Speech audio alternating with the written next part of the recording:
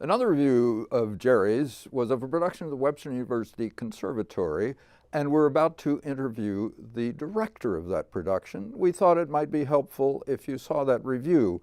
It would help you understand what we're talking about. Early in the stage directions for Big Love, Charles Mee describes his play as not a text with brief dances and other physical activities added to it, but rather a piece in which the physical activities in the text are equally important to the experience. That is exactly how I felt after seeing the recent production of Big Love at Webster University, but before reading that stage direction.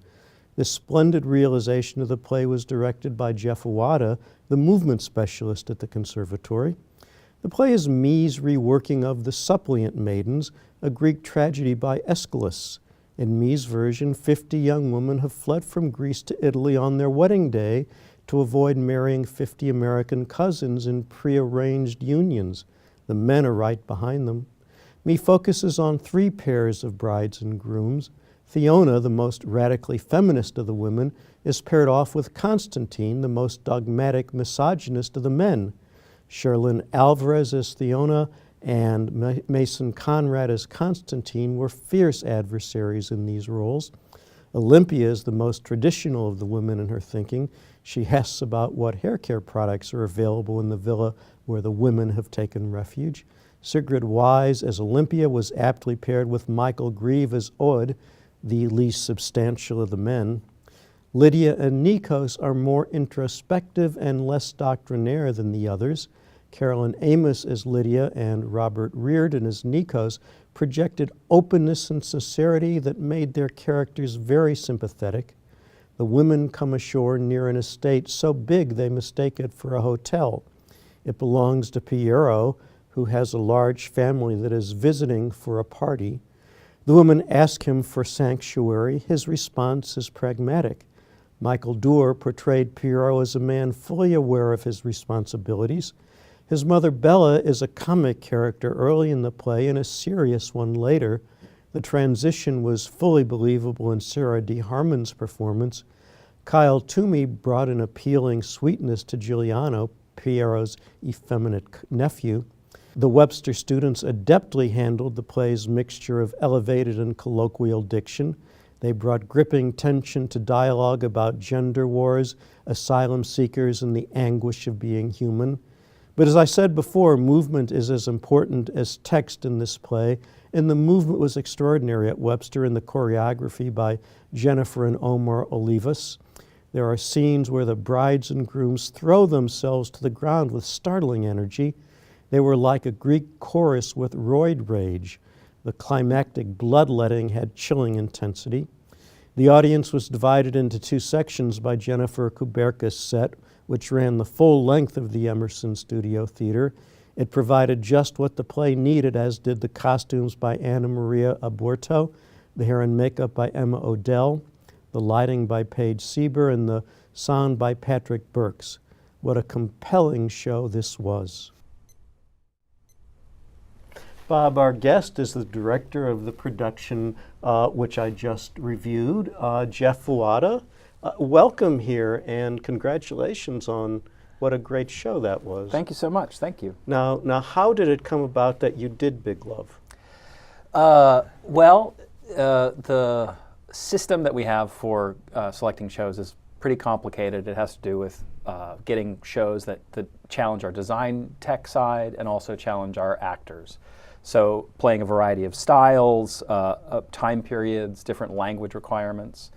And then meeting just the numbers that we need to cast, giving our students opportunities. So Big Love was proposed many times, and for whatever reason it fell out in the last minute. And finally, a group of students got together the year before and did a staged reading of it, and they loved it, and they wanted to do it.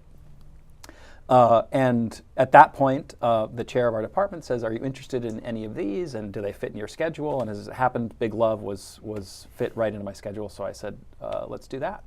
And it really did fit into your specialty, because movement is such an important thing in that play. Yeah.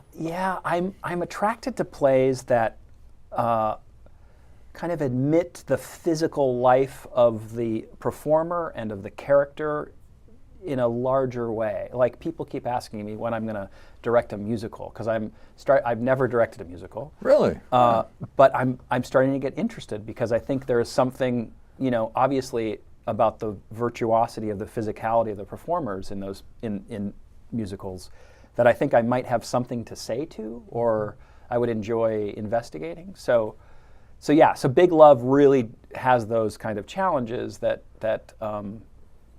make me interested in making.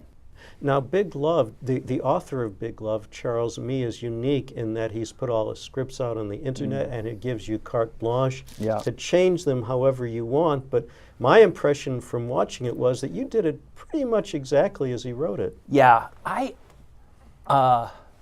am more interested in discovery than invention, I think, as a theater maker. So when I look at a script, I'm trying to find out like how it works, what is true about it, what problems do I have to solve about it, and so, if I were to do it again, I might change something. But I like the challenge of the sort of restriction of staying with the text, and first figuring out like what this thing is about, and then I can decide to change it. Or maybe I'm just not that creative. I don't know which it is. The evidence shows otherwise, I think. But Now, we weren't the only people who liked that show. Yes, that's true. There were some visitors to town who saw it. Could you tell us about that?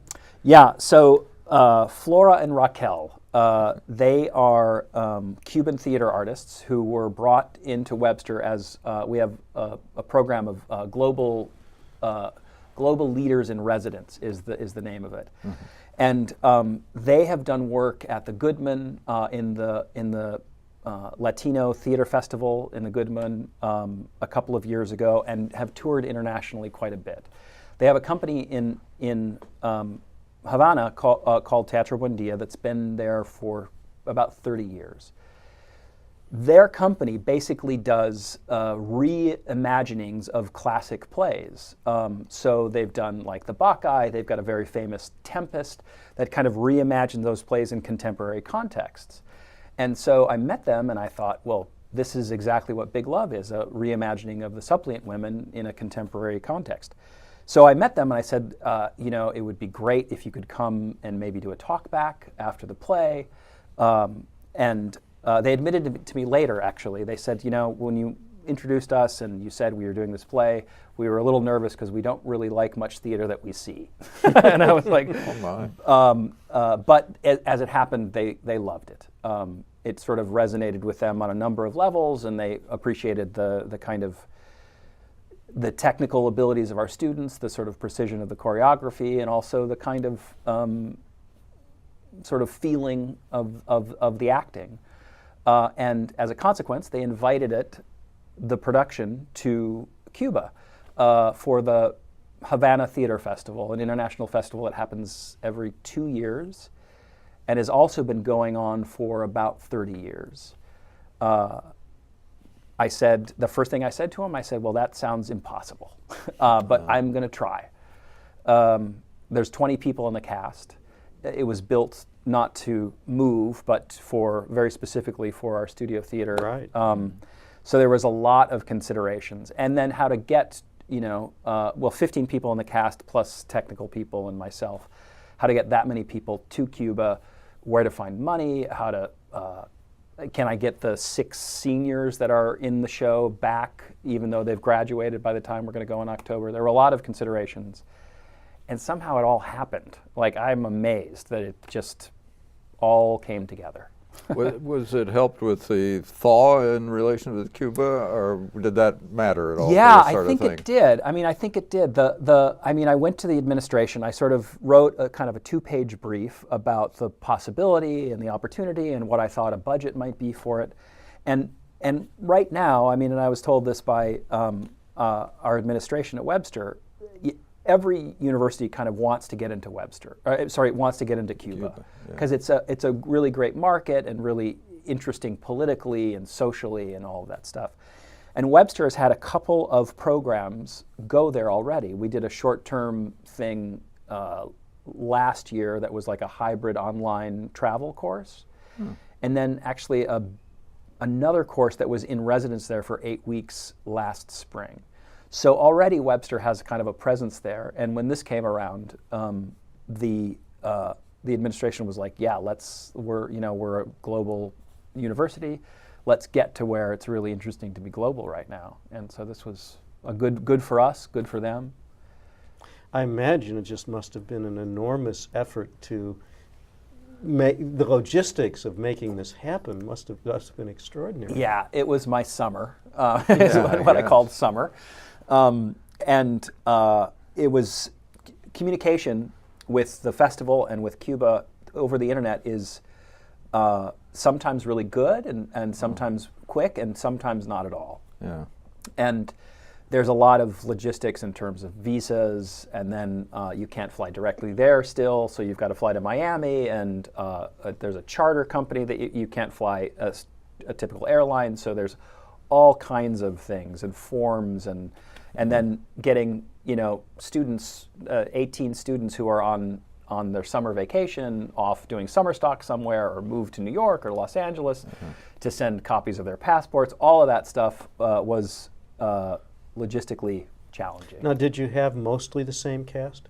We did. We had everyone except one actor who got a job that conflicted. The actor, Michael Dewar, who played Leo Piero. And so what I did was I took one of the grooms from the original production who knew the play very well, an excellent actor, Kyle Quinlivan, and moved him into that track, and then got another actor from Webster to play that groom's track, which is essentially choreography and getting killed. And I think he was probably really thrilled about the possibility of going to Cuba. He was. He said, he wrote in an email, I've never thought an email could actually take my breath away, but I could not breathe.